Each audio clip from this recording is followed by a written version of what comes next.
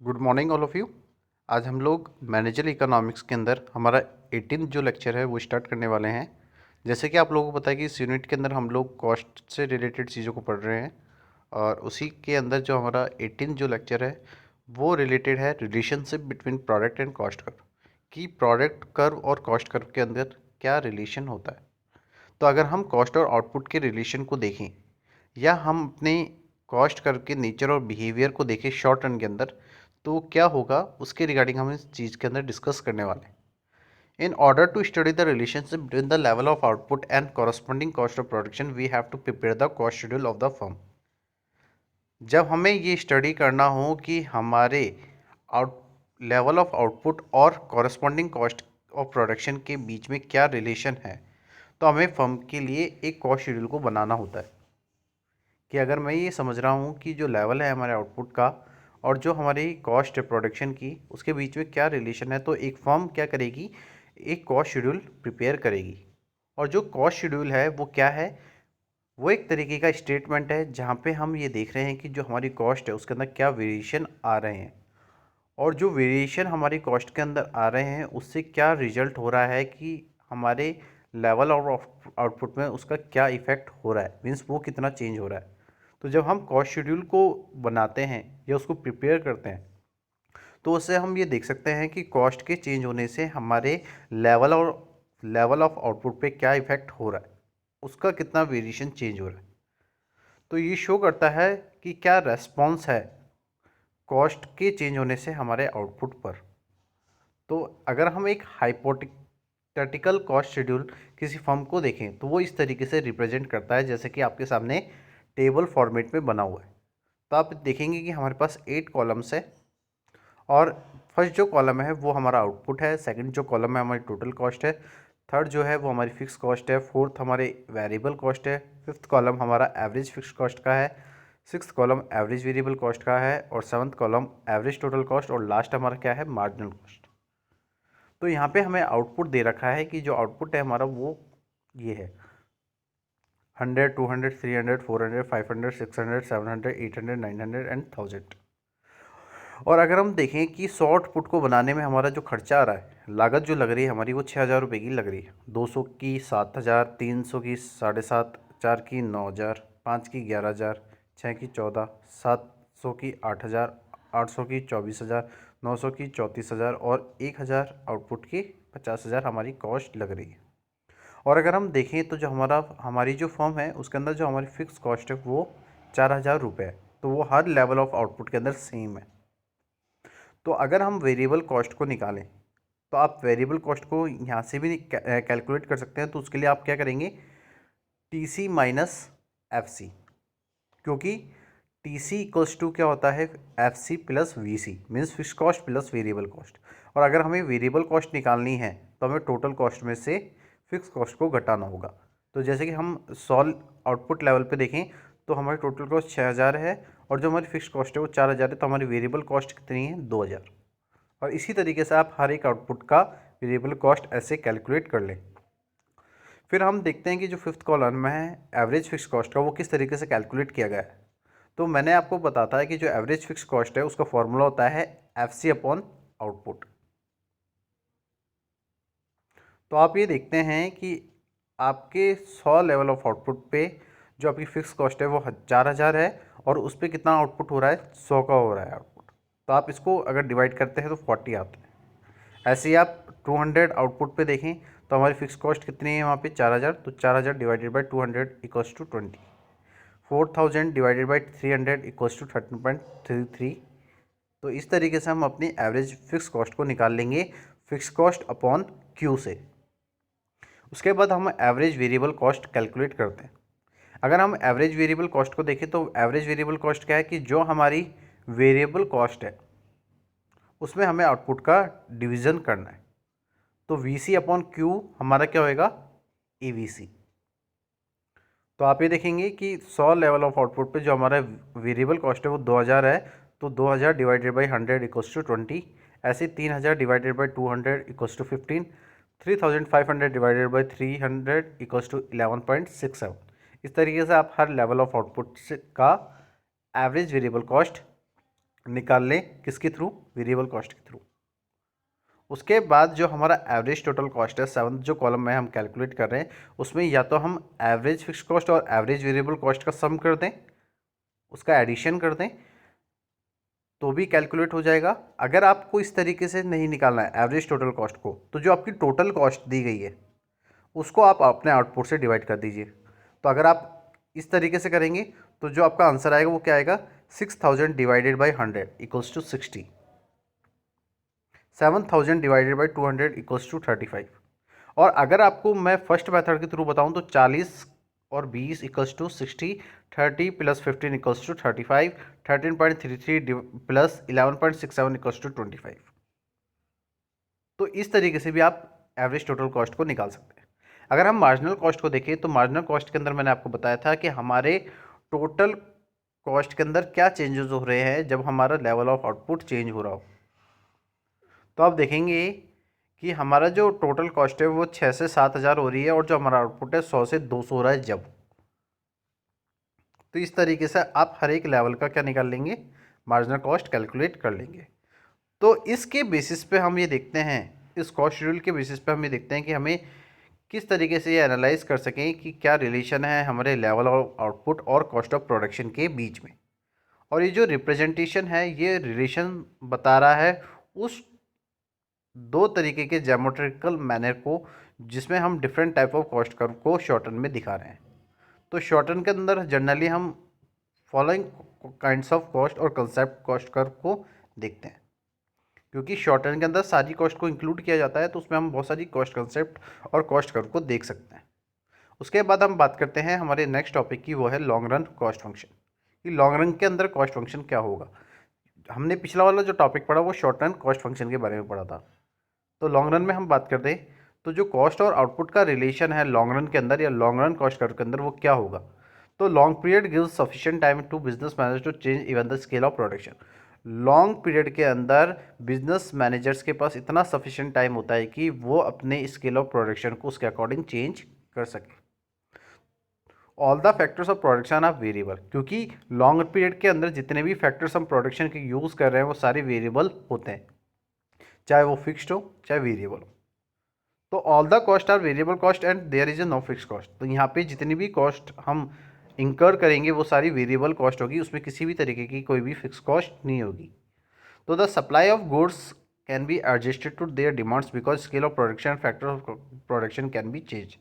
तो जो हमारे गुड्स की जो सप्लाई है उसको हम एडजस्ट कर सकते हैं, किससे, हमारी डिमांड से, कि मार्केट में क्या डिमांड है उसके अकॉर्डिंग हम अपनी सप्लाई को एडजस्ट कर सकते हैं, क्योंकि जो स्केल ऑफ प्रोडक्शन है और जो हमारा फैक्टर ऑफ प्रोडक्शन है वो चेंज हो रहा है।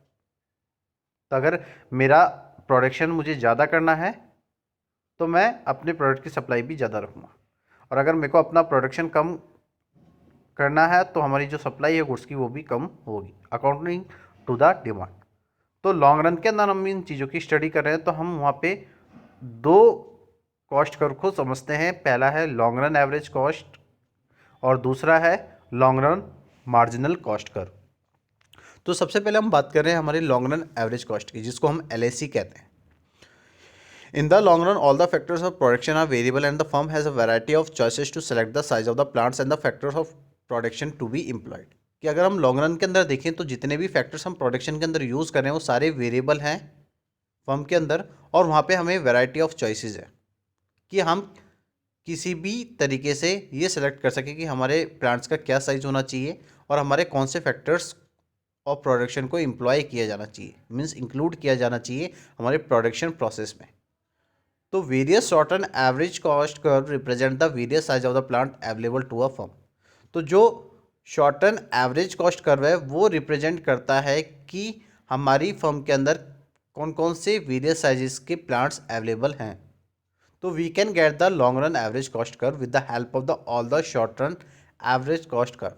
तो अगर हमें long run average cost curve चाहिए तो हमें वो कहाँ से मिलेगी, हमारे जितने भी short term average cost curve है उनसे मिलेगी। तो जितने भी हमारे short term average cost curve होगी तो उसकी हेल्प से हमें long run average cost curve मिलने वाली है।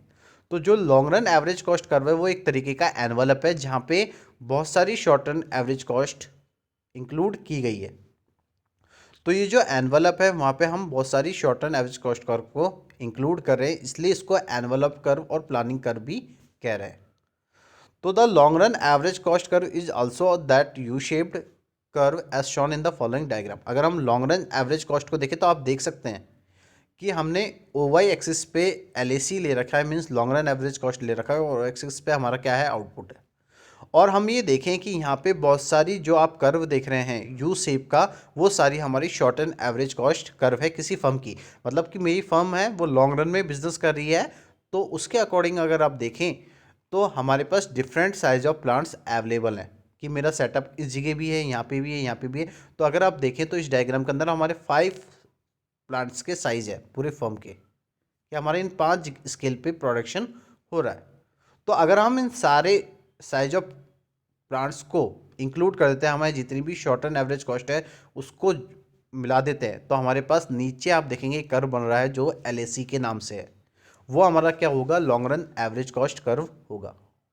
तो आप ये देख रहे हैं कि हर जो लेवल है हमारे प्लांट के साइज़ का जैसे जैसे हो रहा है उसी के अकॉर्डिंग हमारे आउटपुट भी बढ़ रहे हैं, Q1, Q2, Q3, Q4, Q5। ठीक है। तो दो जो डायग्राम हमें ये शो कर रहा है कि जो लॉन्ग रन कॉस्ट कर्व है वो ओ वाई एक्सिस पे है और आउटपुट हमारे वाई एक्सिस पे है। और SSC1, SSC1, SSC2, SSC3 and SSC4 means short term average cost हैं जो हमारी, तो वो जो कर्व है वो रिप्रेजेंट कर रहे हैं डिफरेंट साइज ऑफ प्लांट्स को।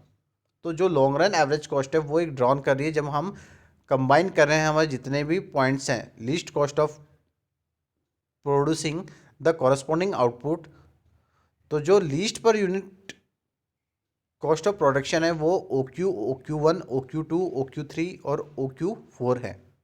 तो मैंने आपको बताया कि जो कॉम्बिनेशन है जो भी हमारी कॉस्ट है शॉर्ट रन एवरेज कॉस्ट की, वो LAC को लेके आ रही है, लॉन्ग रन एवरेज कॉस्ट को लेके आ रही है। और जो हमारी least cost per unit cost of production है, मीन जितना हम अपने फैक्टर्स को ले रहे हैं, जितने कम कॉस्ट का हम ले रहे हैं उतनी ही लीस्ट कॉस्ट में हमारे पास प्रोडक्शन हो रहा है, जो OQ1, OQ2, OQ3 और OQ4 को रिप्रेजेंट कर रहा है।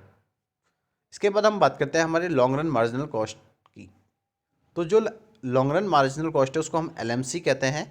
तो जो लॉन्ग रन मार्जिनल कॉस्ट है वो एडिशन है हमारे लॉन्ग रन टोटल कॉस्ट के अंदर। कि मैंने आपको बताया है कि जो टोटल कॉस्ट है अगर उसके अंदर कोई भी चेंज हो रहा है, जब हम आउटपुट को चेंज कर रहे हैं तो उसकी कॉस्ट जो भी इंक्रीज़ हो रही है, कि अगर हम कह रहे हैं कि 100 यूनिट को बनाने में 6000 की कॉस्ट लग रही है, 200 यूनिट को बनाने में 9000 की कॉस्ट लग रही है, तो 100 आउटपुट के चेंज होने से हमारी जो कॉस्ट है वो क्या हो रही है, चेंज हो रही है, 6 to 9 हो रही है, मीन्स 3 का चेंज हो रहा है। तो जो 3000 जो रुपीज़ हैं उसका एडिशन हो रहा है जब हम लेवल को आउटपुट को बढ़ा रहे हैं। तो जो लॉन्ग रन टोटल कॉस्ट है उसके अंदर अगर हम कोई भी एडिशन करते हैं तो उससे उस एडिशनल यूनिट ऑफ कमोडिटी जो कि हम प्रोड्यूस कर रहे हैं उससे हमें मार्जिनल कॉस्ट मिलता है। तो it is the calculated as the short term marginal cost is calculated. तो इसकी कैलकुलेशन के लिए हमें शॉर्ट टर्म मार्जिनल कॉस्ट को कैलकुलेट करना होता है। और उसके लिए मैंने आपको बताया कि जो SMC है मीन्स MC है वो क्या है, change in total cost upon change in Q। Long run marginal cost curve is also U shaped. तो जो लॉन्ग रन मार्जिनल कॉस्ट है कर्व है वो भी यू शेप्ड का होता है, but the fall and rise in the marginal cost curve is not sharp but is gradual. तो जो हमारा long run marginal cost curve है वो यू शेप का है, वो कभी कभी कम भी होता है, कभी कभी बढ़ता है। तो जो मार्जिनल कॉस्ट कर्व है इसलिए अब उसके कर्व को हम ग्रेजुअल भी कहते हैं। तो हमें देखें कि इस डायग्राम के अंदर जब हम ये देख रहे हैं कि जो LAC और LMC का जो एक ही सिंगल डायग्राम हमें बना के दे रखा है यहाँ पे, तो OY एक्सिस पे हम LAC और LMC ले रहे हैं, लॉन्ग रन एवरेज कॉस्ट और लॉन्ग रन मार्जिनल कॉस्ट को ले रहे हैं, और OX एक्सिस पे हमारा क्या है, आउटपुट है। तो LAC तो हमने पिछले वाले डायग्राम में भी देखा था, तो LAC वो हमारी है, और जो LAC को नीचे की तरफ से काट रहा है ना यू शेप के अंदर, वो हमारा क्या है, LMC। ठीक है। तो आज के लेक्चर के अंदर हम लोग इसको और आगे कंटिन्यू कर रहे हैं, जिसमें मैं इस डायग्राम को आपको और समझा देता हूँ कि ये जो डायग्राम है जो कि शो कर रहा है LAC और LMC को, जो कि शोन किया गया है OY एक्सिस पे, और आउटपुट को हम OX एक्सिस पे रिप्रेजेंट कर रहे हैं। तो जो शेप है एलएसी और एलएमसी की वो यू शेप की आपको दिख रही है। तो जो रिलेशन है एलएसी और एलएमसी का वो सेम है कब, जब हम लॉन्ग रन एवरेज कॉस्ट और long run marginal cost curve की बात कर रहे हैं। क्योंकि जो एलएसी और एलएमसी है वो कॉम्बिनेशन है किसका, शॉर्ट रन एवरेज कॉस्ट और short run marginal cost curve का। तो the LMC curve curves the LAC curve into the minimum point. तो जो एलएमसी कर्व है वो मैंने जैसे कि आपको बताया कि एलएसी कर्व को नीचे की तरफ से काट रही है, तो एक मिनिमम पॉइंट पे उसको काट रही है।